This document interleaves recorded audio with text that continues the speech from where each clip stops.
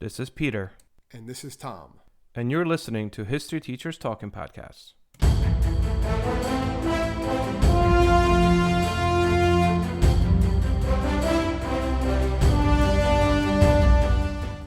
All right, this is Peter Zablocki and Thomas Reska, and welcome back to the podcast. All right, Tommy, what do we got? Today we're going to be looking at the Great Depression under Hoover, under President Hoover. Yes. So what we're going to try to do is this may be our first two-parter, because Tom and I kind of had this conversation and we realized that you can't really do Great Depression in one podcast. That's 40 minutes. That's impossible.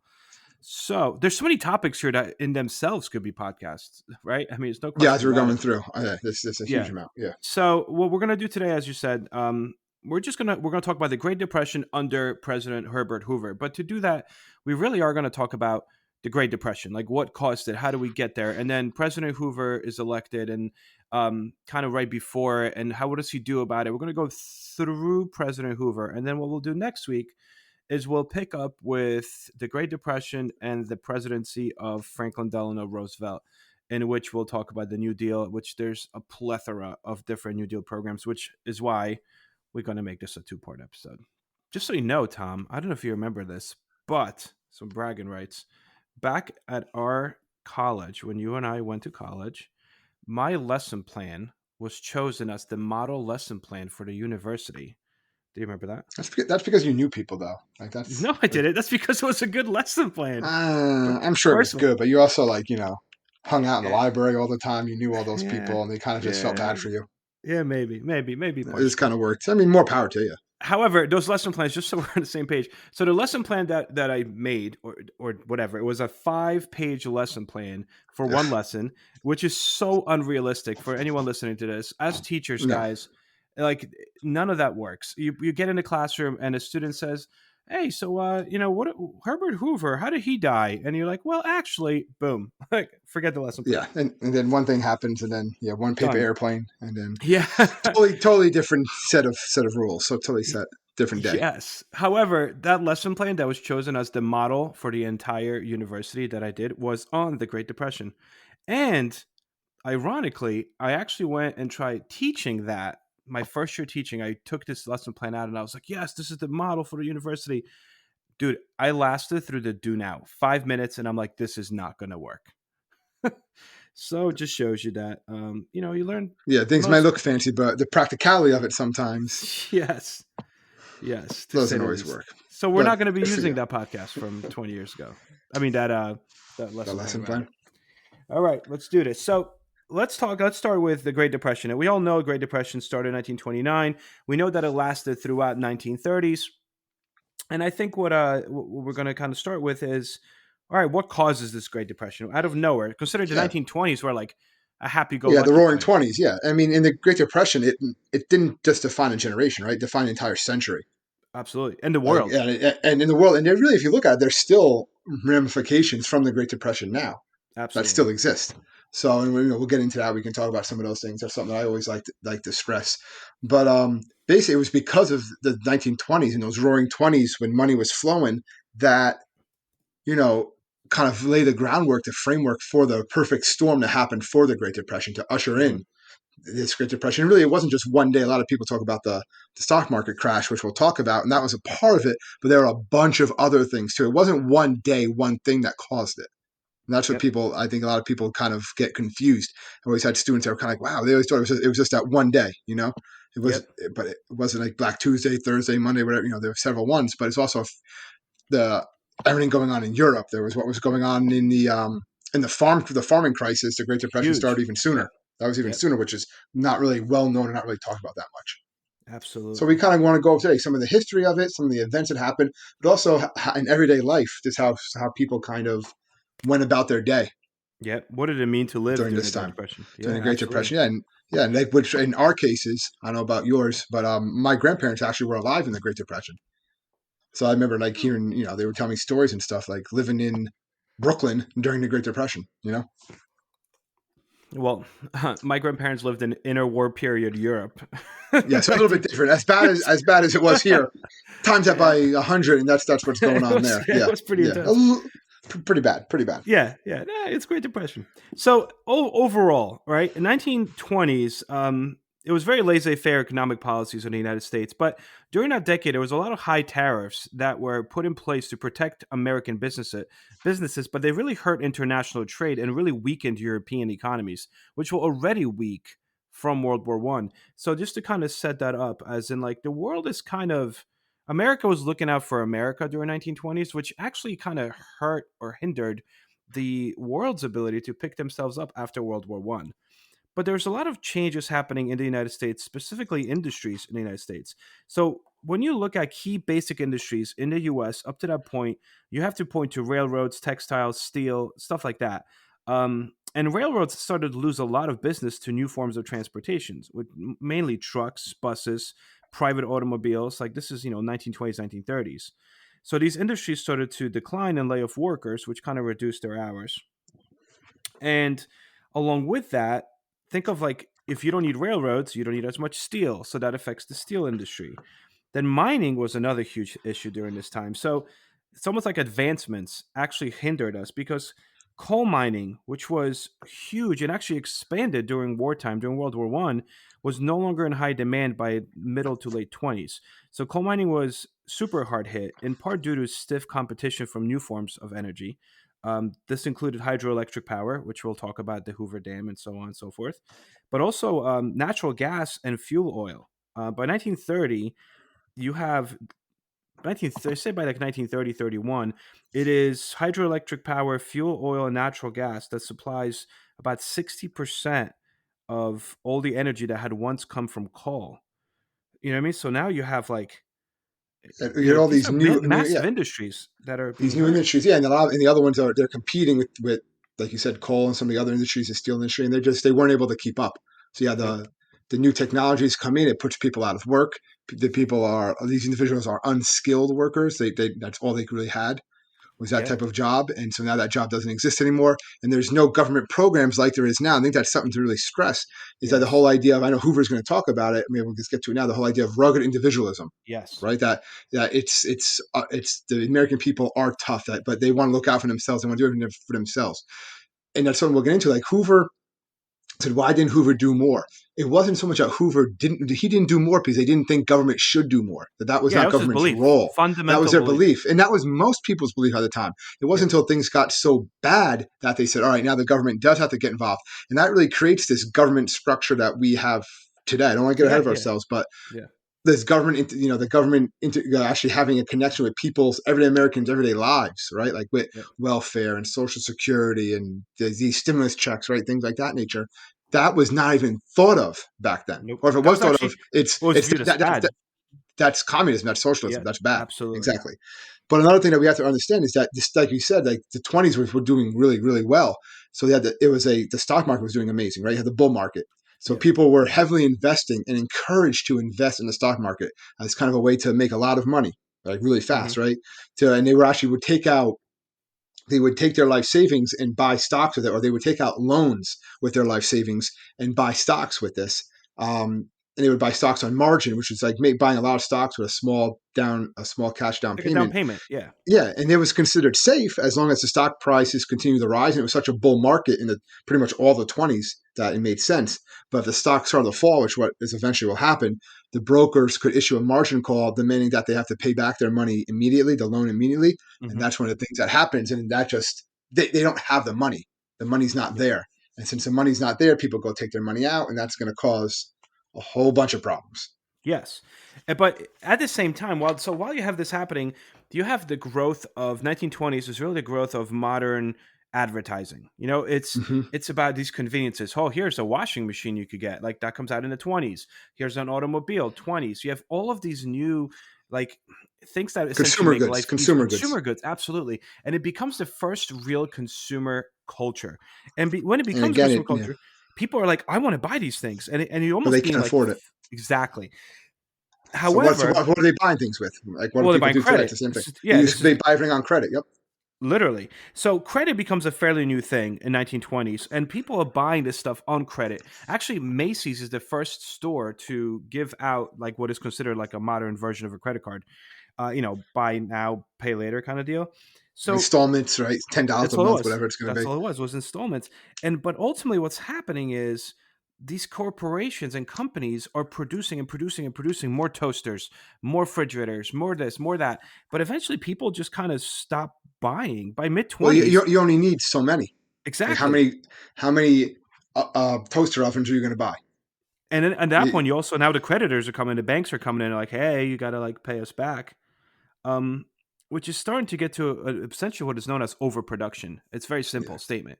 So we kind of get it Well, as an economy. supply passed over demand. It's that Exactly. simple. There was more Yep. supply than demand, so the price is going to go down, and they want their money back, and the money's not there.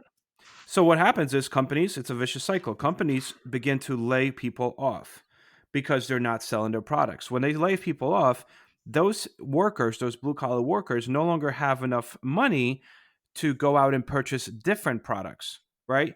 And if they can't buy different products, that ultimately means that other companies suffer. And before you know it, you're going to have like a growing unemployment because companies are shutting down. One of the most important like economic indicators that happened during the late 20s was the housing market. The number of new dwellings was built that were built was growing substantially through 1920s. But then all of a sudden, the real estate prices became too high for too many people because of this stagnant economy, because of the fact that so many people are being laid off. And then when housing started to fall, they said that so did jobs in many related industries. So, like furniture manufacturing, lumbering, right? Like these are all, you know, things Major, like yeah. think of what you need when you buy a house, like things that you need. All of a sudden, those industries start to suffer as well. Um, so, the United States, as much as the 1920s looks like, oh, everything's peachy, it's really Well, not. it really wasn't. I think what's also important to understand about the 1920s is there was a huge uneven distribution of wealth in the United States Huge. at that time, just like you still have now. But it was, yeah, in 1920s, everyone thinks everyone was rich. That really wasn't true. It was a businessman. The average everyday Americans, it wasn't really the case, right? The I think top they made 5%, Yeah, I think it made average more than 70% of nation's families earn less than 2,500 per year. $500 a year. Yeah, so it was really only the Yeah. top percent of American households earned about 30% of the entire country's income. Yeah. And so 2/3 of the nation, yeah, like you said, earned about $2,500 a year. Now, obviously, that's a lot more 1920 money than it is today, but it's still not a lot of money. It's not what you think. So it wasn't like everyone was rich and had money, growing on trees and stuff like that. Yeah. So you had all of that going on. You had the installment plans like we talked about. Then you had something that definitely always falls through the cracks when people talk about it. You had the Hawley Smoot tariff, right? Yes, I'm sure you absolutely. saw that, which basically really it put intensified depression because it raised the tax on imports. So Americans started to purchase less from abroad because of the high cost. In return, foreign countries raised tariffs on American products, causing fewer to be sold overseas. So it's kind of like you raise Further price on hurting the us. economy. Yeah, it's hurting the economy even more. So instead of raising interest rates to stop this speculation, the Federal Reserve made the mistake of lowering the rates, and this encouraged a lot of the banks to make a lot of risky loans with people's money, and it misled business owners into thinking the economy was still expanding. And then you put all of that together, right? And then that's going to add up to October 29th, 1929, which is known as Black Tuesday. Yep. I was just gonna add a couple of things too. Well, one thing is that the only smooth tariff. We should mention that the intent behind that was a good intent. I mean, the idea They was wanted like, to let's protect help American American. businesses, yeah. Exactly. Let's help American businesses so that people buy American. And that But then can work, but it has to be a balance. yeah, and that's the It has to problem. be a It balance, and backfired. that's the problem. There wasn't. It was more of this like, no, we're only going to help American businesses. We don't care about the foreign business. They had no idea that yeah, but the foreign business can do the exact same thing. It's a trade war. You're going to That's a raise our great point. tariffs on our. Are you going to raise the tariffs on our products? We're going to raise on yours. You're actually going to hurt the American business because how many of these American businesses are shipping goods overseas? Now, if they can't make the money shipping overseas, and the consumer buy rate is lower here in the country itself, now you're cutting. Now what's that saying? It's like you cut off your hand to spite your what is it? Cut off your finger, Yeah, that something like one. that. I don't Something. You know know what? that one. Yeah. I'm Yeah, messing the up. one We're that our tired. parents used It's to been a tell long us all week. the time. Yeah. Cut off your Um, nose to spite your face. I don't know, something yeah, like that. something like that. So, Someone will and someone will send us a thing. We messed it up. yeah, of course. And before we get to the stock market crashing in September of 29, which I want to get to briefly, but just to go back to what you were saying about the uneven distribution of income, um, while the rich got richer, the poor got poorer. That's ultimately what happened in the 20s. And Especially in the farmers. Especially the absolutely. farmers. And The Great good Depression point. for I the didn't want to farmer starts in 1920s. Yes, and I wanted to come back to that because that was a big point you brought up earlier. But between 1920 and 1929, the income of wealthiest 1% of the population rose by 75%, compared to 9% increase for all other Americans. So, like for the 1% of Americans, the top 1%, their income rose by 75%, and then the average for the other 99 was 9%.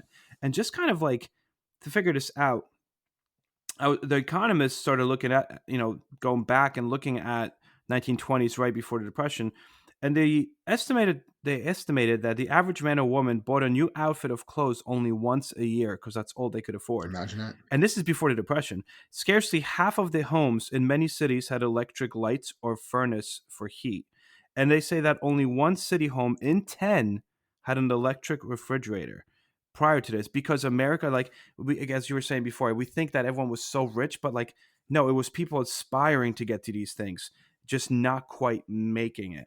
And the farming thing, again, before we get into the stock market crash, and we'll come back to the farming as well with the Dust Bowl and whatnot, but World War One is what really screws up the farmers, because prices rose so much in World War One because the demand was so high for crops such as specifically wheat and corn.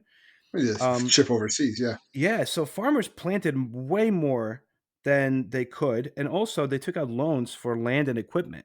It was about like, the more land I have, the better equipment I have to like quickly, get all my stuff from this land, the more money I'm going to have. But all of a sudden, it's like farm income drops drastically in 1919, between 1919 and 1921, so directly following World War One. The annual farm income declined from 10 billion to just over 4 billion.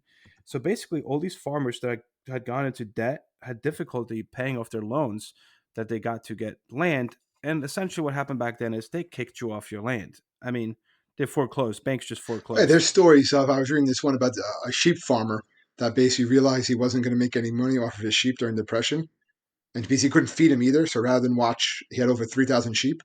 Rather than watch them starve to death, he just cut their throats and threw them all into a canyon. And he was like, "I'm done." And then he just like left his farm because he lost it all. All right, so September 29th, as you mentioned before, stock prices peak and then fell. So October 24th, specifically, the market took the one of the first major plunges, right? Yeah, Panic. there's several. Yeah, Yes. So October 24th, 1929, panic investors unload their shares, but that's not even the top of it, because on October 29th, what we now know as Black Tuesday, bottom fell out of the market and nation's confidence was pretty much gone, right? They said that yeah. the number of shares dumped onto the market that day was a record 16.4 million. Yeah, Um, basically the market loss was about 14 billion. yeah, And made for the week. The week was 30 billion, and yeah. that So I was was 10 gonna say, times more. That was 10 times yeah, more than the federal budget, and yeah, far more than the U.S. had even spent during all of World War One.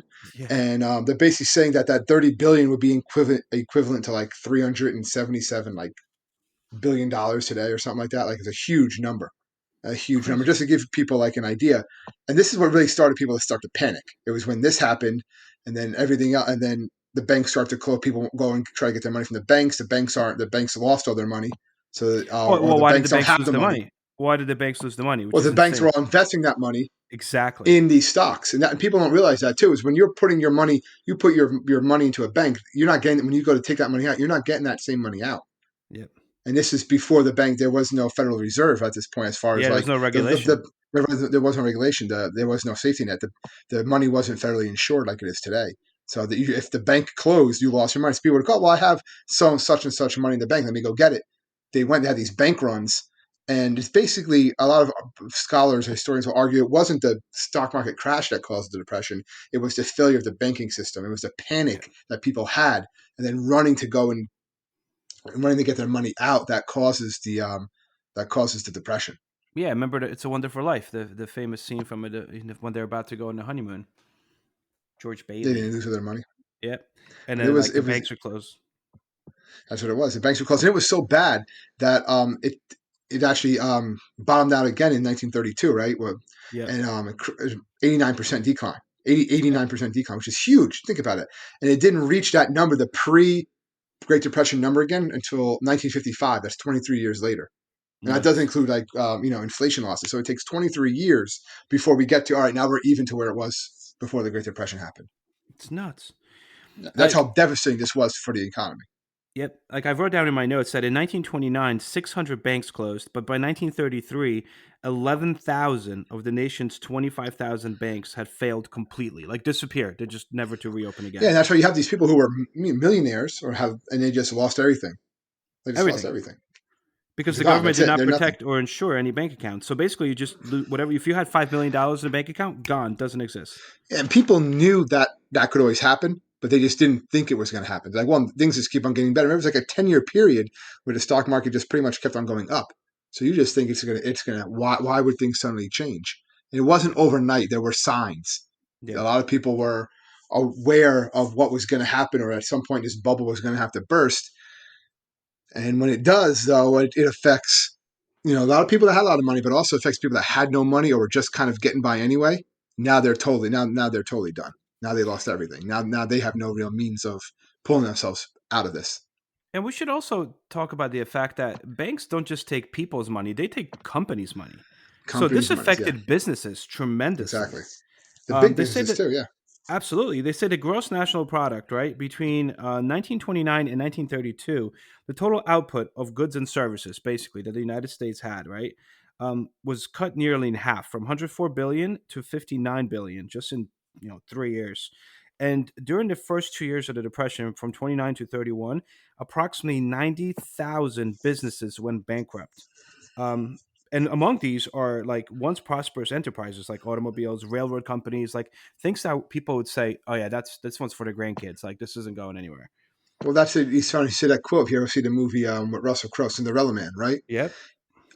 Which is based on a true story. He loses his money because he invested in a taxi cab company in New York City.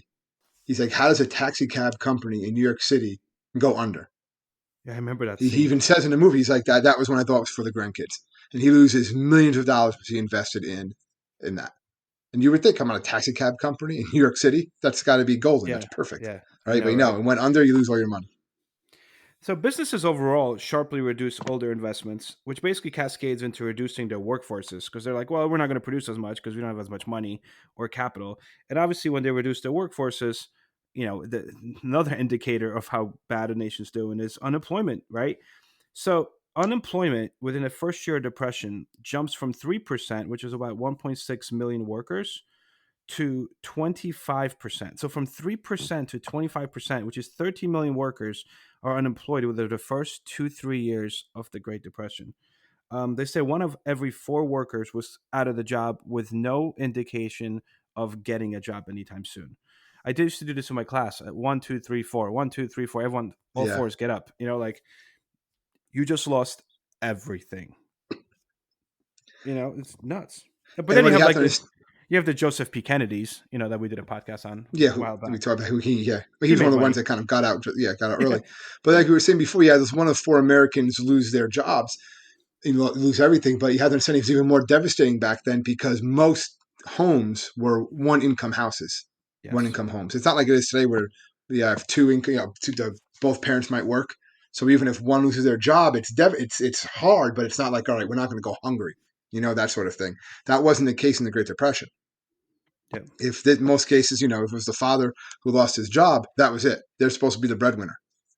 And it became a huge psychological toll on to a lot of these men. So much so that I know there's that famous story that people would go in the skyscrapers in New York City. There was a wave of suicides. So hmm like they said that the clerks in hotels would ask people if they would need a room for sleeping or for jumping that's crazy, isn't it? because they would just jump. He lost everything, maybe, my family's better off without me. That is That's it. Or they nuts, don't want to live on life on the streets or something like that. nuts, nuts. That's some of the mindset that was going on during this time. So what happens here, right? Basically, the economy shuts down more or less, right? The president, which we're going to get to in a second, President Herbert Hoover, doesn't really believe in government interference, and this we also need to mention that this is not the first time where the United States was in a bad economic recession or No, slash not at all. depression. Not at all. Yeah, these 40 years happened prior, there was before. a huge one. Yeah. Yeah, these happened before. And in all other ones that have taken place in the United States, the government did not get involved. All it did was foster some form of communication, I guess, between the business and labor to try to get the economy to jumpstart Yeah, and they itself. would So encourage local charities and stuff like that, exactly, and which is they what might Hoover even did. donate. I mean, there's plenty of Hoover donated a lot of money Yeah, his personal money to charities. he's the It's first not like president, by the way, to ever donate his salary out of in the history of the United yeah. States. Yeah, it says he just didn't think it was a government's job. He said it was individual citizens' job, not the government's job. That was the mindset. Why didn't Hoover do anything? It just what it didn't even enter his mind really. You Yeah, know, he it thought it was wasn't a un-American. thought that yeah, it wasn't something that you would do. It went against the ideal of America. It went against the ideal of that rugged individualism. Working hard for yourself to Yeah, and improve you'll your get out own. of it. Yeah, This too shall pass. That's what he thought. In yeah, fact, he even says what I think in 1930, right, that we've got through the worst of it already. yeah.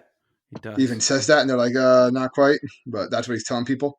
Well, that's and shortly thereafter. So what a lot of people do is they move to these shanty towns, and shortly Yeah, thereafter they become known as Hoovervilles. But these little towns consisted of shacks. Basically, they spring up everywhere. They're all over different cities because people, they're being evicted. They can't and they afford were to live. They dangerous don't. because the people were cooking food and stuff in these houses made from basically leftover lumber, things Yeah, like that, and it would catch fires and burn down. It was crime.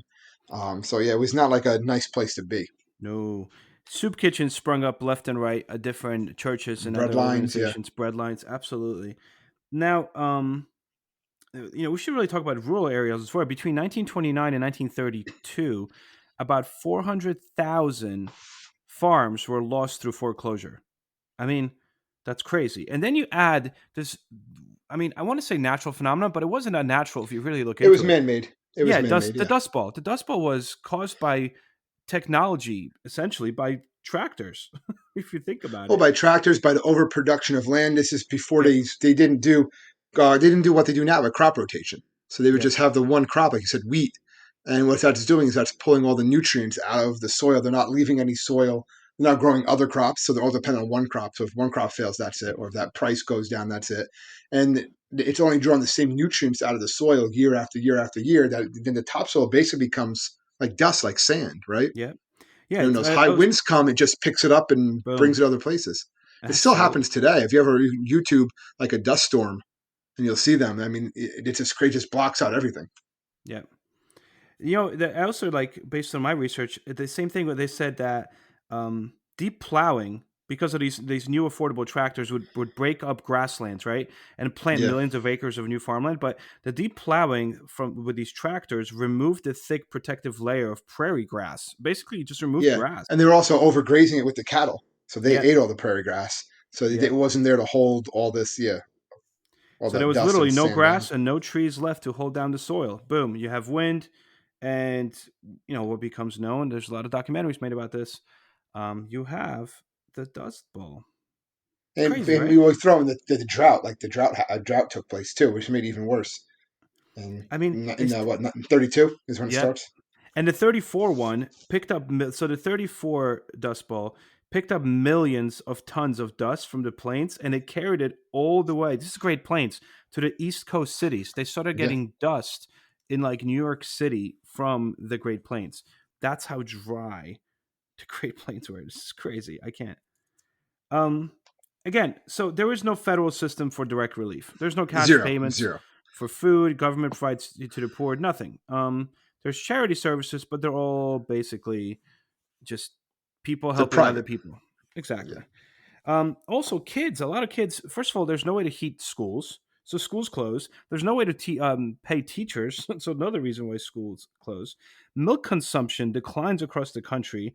Clinics and hospitals report dramatic rise in malnutrition and diet-related well, diseases. that's the big thing. I think they said about sorry to interrupt, but like over fifty Yeah, go. percent of children particularly in like yeah those rural areas, did not have adequate food, shelter, and medical care. So many of them started suffering from rickets. Just Yeah, I basically they saw got like that. bow-legged because they didn't have the nutrition there.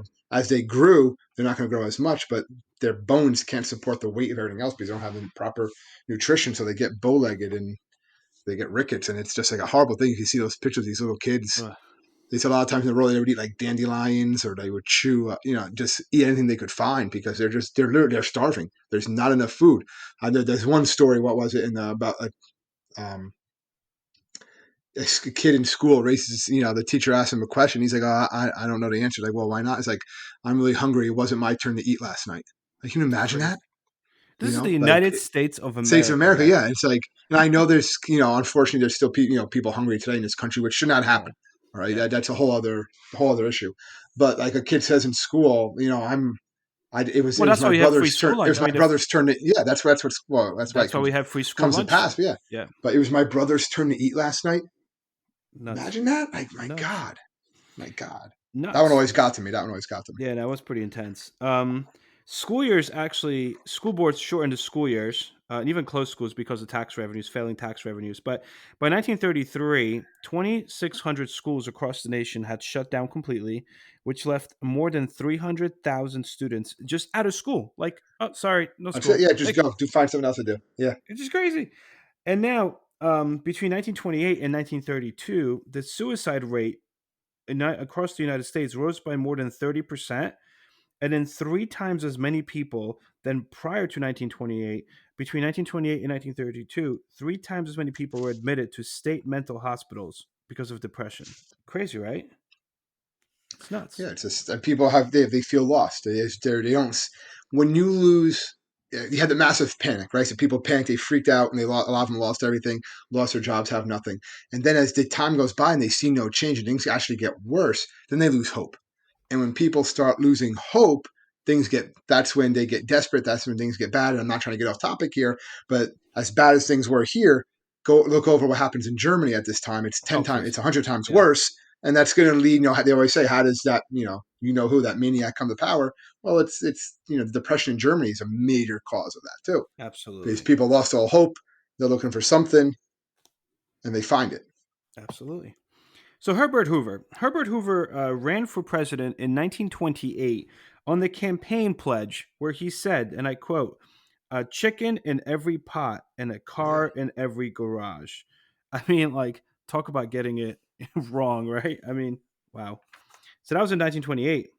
First of all, October 29th, the stock market's crashing. Herbert Hoover tries to reassure Americans that the nation's economy was basically going to be okay. Any lack of confidence in the economic future is foolish, he would say, right? The best course in a slump, many experts believed, himself included, was to do nothing and basically let the economy fix itself. He tried that.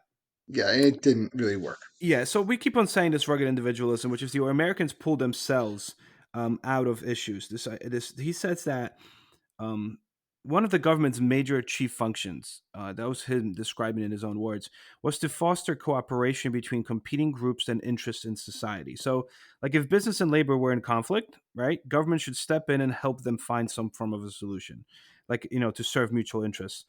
And this cooperation always had to be voluntary rather than forced. So Hoover's felt basically the government's role was to encourage and facilitate cooperation, not to control anything. So when the economy went down and people suffered, he's like, all right, we need to figure out some form of cooperation between the business owners and the people and the workers. It's like he opposed, under all circumstances, opposed any form of federal welfare or direct relief to the needy, which he thought He was was, going to yeah, weaken, the like, socialism. Yeah. American, yeah, socialism is going to weaken American moral fiber, he said. He Right. was even against coming off the gold standard because he thought that Yes. was also going to like to go towards being communism. And one other reason why he got elected, they said, is because he favored prohibition. He favored keeping it. Really? I didn't know that. Yeah, he was a big supporter of prohibition, And I even don't though want people this to were be drinking during the Great Depression. But right. And I don't want this to be like, a hater on Hoover kind of podcast, because I mean, episode, that's not the intent. it would have been any politician that was in power at this time, If it for was a the most Republican part, politician, would would have be a done so. Republican, which it would have been because they were being Yep. so popular. It would have pretty much been the same thing. Yep. It pretty much would Absolutely. have been the same thing. And we have to also mention, like, so Herbert Hoover was born into a Quaker family, right, in Iowa. He was orphaned at an early age. His life was basically a story of rags to riches. I mean, he worked his way through Stanford University, then makes a fortune as a mining engineer, consultant in China, Australia, Europe, and Africa. Then during World War One, he coordinates the biggest U.S. relief effort for Europe, for food. Basically, he fed all of Europe in World War One, which earns Yeah, him a reputation for essentially the biggest humanitarian in the world. So, President Hoover always said, like, every time we find solutions outside of government, we have not only strengthened character, but we have preserved our sense of real government. Like, this was not a bad guy. He just had a No, and certain he was not an uncaring man either. yeah, no, he just had like a different political compass. It's different And viewpoint. He didn't think government because he really saw that if the government does this, where's it going to end? That the yep. government, once it gets the power, is just continue on, so does it continue to grow? And he didn't believe that was the government's role to really get involved in the everyday life of people. Yeah. But then we should also mention that when someone is starving and watching their kids starve and your president tells you, "Hey, you could do this," that's not good enough. Yeah, and when they're doing everything that they can do, they're trying to get a job, or maybe they are even working, but Yep. they can only get a couple hours here and there. But the pay is not enough. And Yep. you're saying, well, just stick with it. We'll tough it through. If you work hard enough, you're like, what do you mean work hard enough? Like Yep. I can barely stand because of Exactly. how hard I'm working and I'm not eating every night and stuff like that. And you want me to work harder? He's like, And they're like, no, that's what like I happened. can't do it. Yeah, Yep. Hoover was basically seen as a person that just did not get it. And to a lot of people, and actually, quite frankly, if you look at it, it seemed like he didn't get it. At least until the very end, because he started getting it towards the end, but it was too late. So let's was talk too about late. some of the stuff he does, right? Like you have the Well, Hoover Dam or the Boulder yeah. Dam, right? What are you gonna Mhm. say? Go. I didn't mean to cut you off. No, well, I want to get to at some point his biggest blunder, which definitely cost him the election, but Oh, of we'll get to course. I that mean, later. we got so let's before we get there, because I know where you're going with that one. You're going to talk about the bonus march, which literally just Yes, ends yes, ends his presidency. it's But done. It's done. yeah, but in fall of 1929, so like 1 year into his presidency, the Great Depression starting, he authorizes the construction of the Boulder Dam, which is later renamed the Hoover Dam, which is basically a precursor to what we will talk about in a later podcast, kind of the New Deal program, where the government sponsors, a massive what's the word I'm looking for? Like Infrastructure. Yeah, infrastructure project yeah. that's going to not only employ a lot of people, but also create electricity, energy. So I mean, this is like a precursor. This is what he should have been doing more of, but he kind of stops there, right? Then he tries to do this whole like Federal Home Loan Banking Act. So he kind of appeals to Congress to pass a series of his measures to reform banking, provide some form of mortgage relief, funnel more federal money into business investments. But his big thing was the Reconstruction Finance Corporation, which authorized $2 billion for emergency financing for banks, life insurance companies, railroads, and other large businesses. This is the key. He's allowing government to give billions of dollars, but not to people. He's financing banks, life insurance companies, railroads, and other large businesses because his belief was that this money would somehow trickle down to the average citizen It's through trickle down yeah, economics. exactly, through job growth and higher wages. The problem is that people were like, we're hungry now. We cannot wait for the benefits to trickle down to Yeah, their, all these things were doing. It was not a direct relief at the moment. It was yep, stuff that theoretically could work, and I'm sure it did work in certain parts of the country. Different things. I mean, one thing we kind of like skipped over here is all like the racial discrimination that's going on in the country absolutely, too at this point, because African Americans, Hispanic Americans, Native Americans, they're all being treated even worse at this time because they're being blamed. They're the first ones to lose their jobs. yep, They're they get out of our town, don't even stop here and stuff like that. So that's going on. And again, these people are not going to get helped by trickle economics. The people who are at the no, bottom. It's nope. by the time it trickles down to them, they're going to be they're dead. They Yeah, starve to death. by the time it trickles down, Hoover's no longer president. Well, yeah, that too. However, like what's left from Hoover, so all the shanty towns that we mentioned before become known as Hoovervilles. Homeless people start calling newspapers they wrap themselves in Hoover Yeah, blankets. Empty pockets that you would turn inside out were considered because they were white on the inside were considered Hoover flags. Basically, all his many name is part synonymous of with yeah the depression. with depression, with suffering, with failure. Like that's what Exactly. there's yeah. Like the Hoover, the greatest humanitarian to ever live, that's what they were called him just 10 years prior, was now seen as the coldest and heartless man ever. Crazy.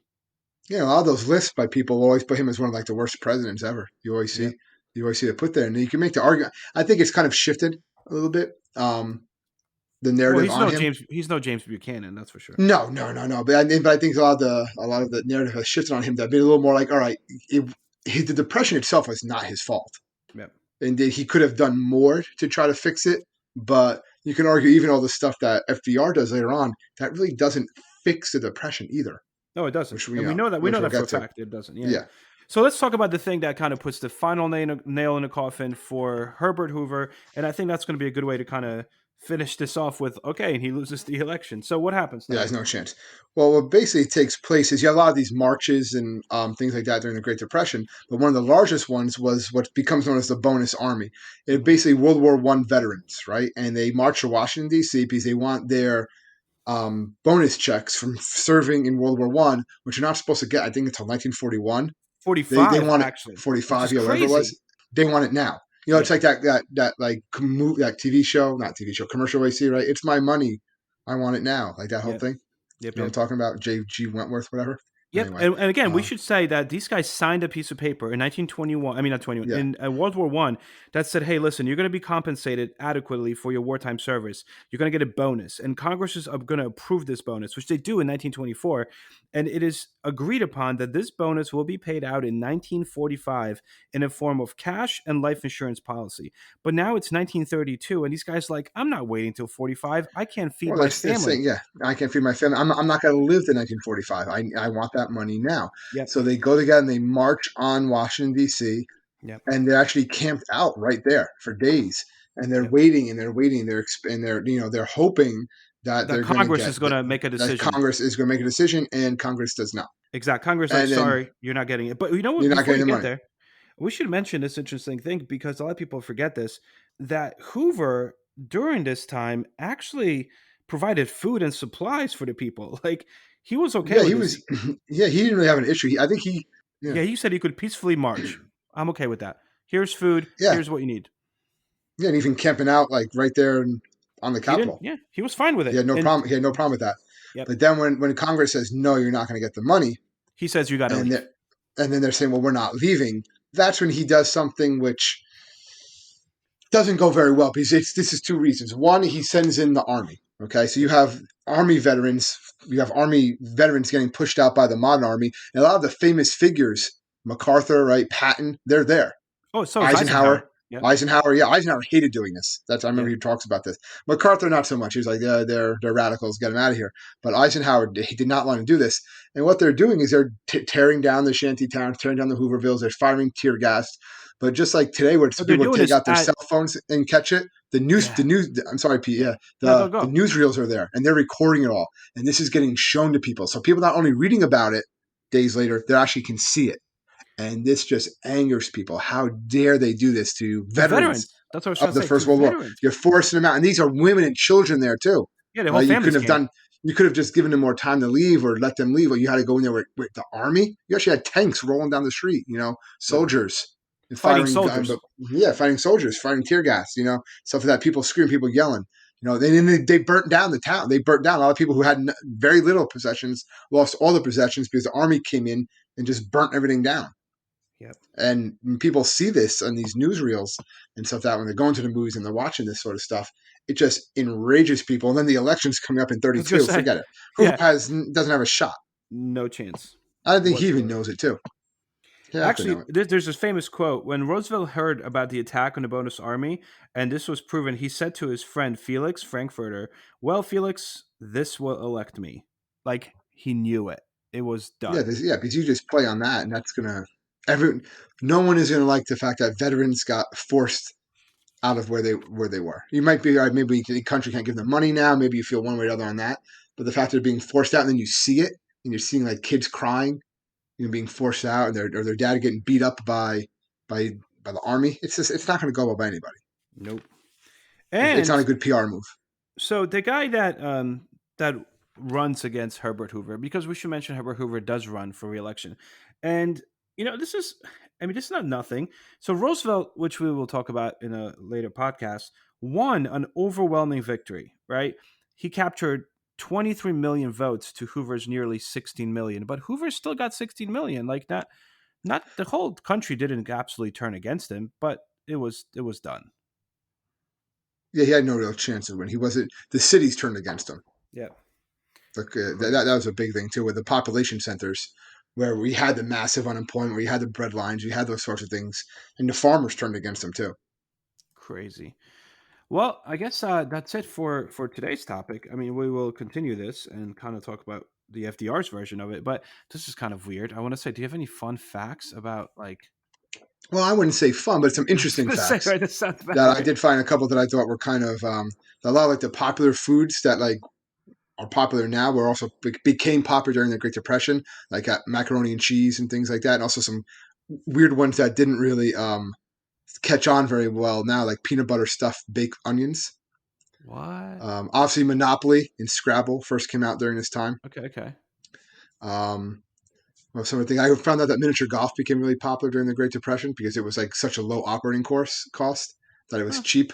So it was like really popular with like families because you can just go and play miniature golf. Like it was like a small area. They put up a couple obstacles, have fun, stuff like that. So there Okay. was, things of that nature that popped out, some good things. But for the most part, everything about this was pretty bad. And it affects, generations to come. I always tell this story. I guess we can close on this or right after this.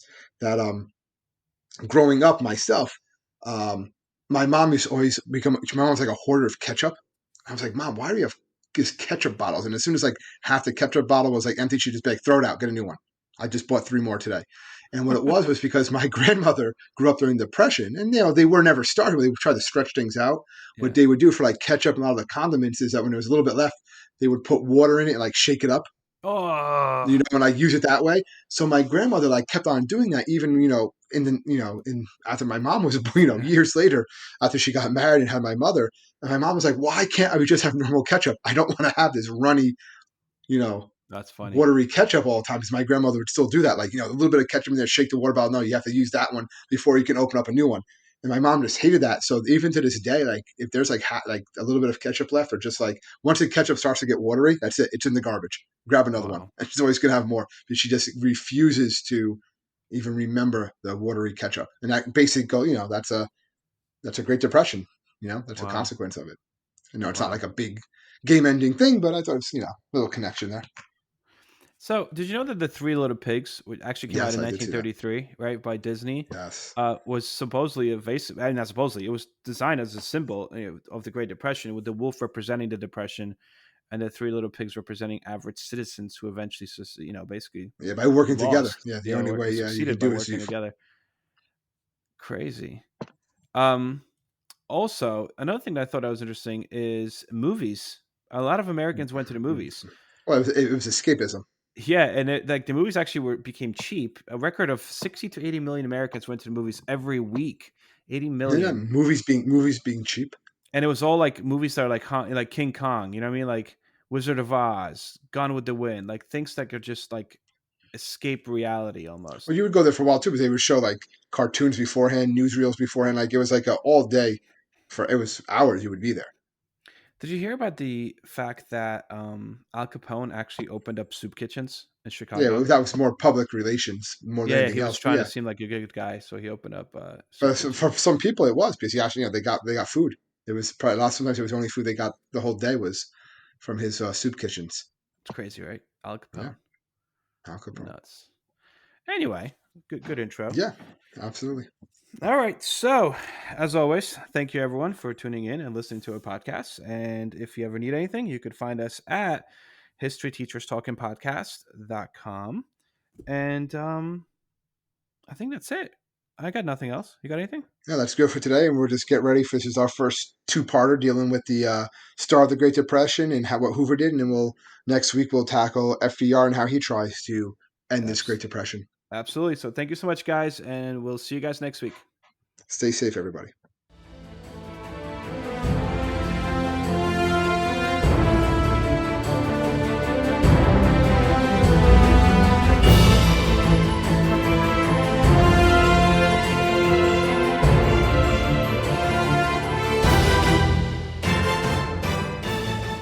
I hope everyone enjoyed our podcast, and if you would like to email us, you can do so at historyteacherspodcast@gmail.com.